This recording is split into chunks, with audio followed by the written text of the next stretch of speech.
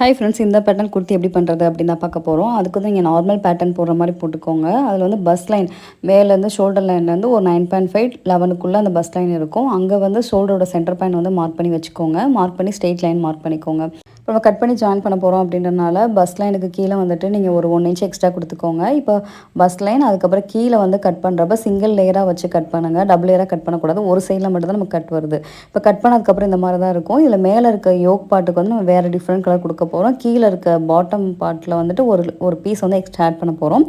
இது வந்து நீங்கள் ஃபஸ்ட்டு வந்து பேப்பரில் ரெடி பண்ணிவிட்டு அதுக்கப்புறம் நீங்கள் ஃபேப்ரிக்கில் கூட ட்ரை பண்ணலாம். யோக் பாட்டுக்கு வந்துட்டு சீமான் ஒன்ஸ் கொடுத்து கட் பண்ணி எடுத்துக்கோங்க.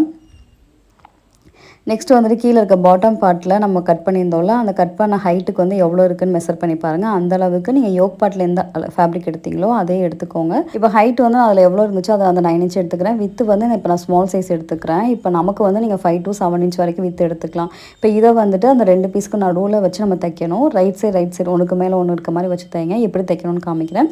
இப்போ நல்ல பக்கத்துக்கு மேலே இந்த ஃபேப்ரிக் வச்சுக்கோங்க. ராங் சைடு வந்து நம்மளை பார்த்துருக்கணும். இப்போ இன்னொரு சைட்லையும் ரைட் சைடுக்கு மேலே ரைட் சைடு ஃபேப்ரிக் இருக்க மாதிரி வச்சுட்டு ராங் சைடு நம்மளை பார்த்துருக்க மாதிரி நீங்கள் தையல் போட்டு எடுத்துக்கோங்க. இப்போ தையலுக்கு தேவையான ஃபேப்ரிக் வந்து நம்ம எக்ஸ்ட்ரா ஆட் பண்ணிக்கணும். இப்போ நமக்கு எந்த அளவுக்கு வந்துட்டு அந்த ஓப்பனிங் வேணுமோ அந்த அளவுக்கு மட்டும் நம்ம மேலேருந்து மார்க் பண்ணிக்கலாம். நீங்கள் மேலேருந்து ஒரு 6 or 7 இன்ச் மார்க் பண்ணிவிட்டு நீங்கள் தைக்க ஸ்டார்ட் பண்ணுங்கள். நம்ம எங்கே தையல் போட்டிருந்தோமோ அதுக்கு பக்கத்துலேயே நீங்கள் தையல் போடுங்க. ஜிக்ஸாக் தையல் போட்டு லாக் பண்ணி முடிங்க.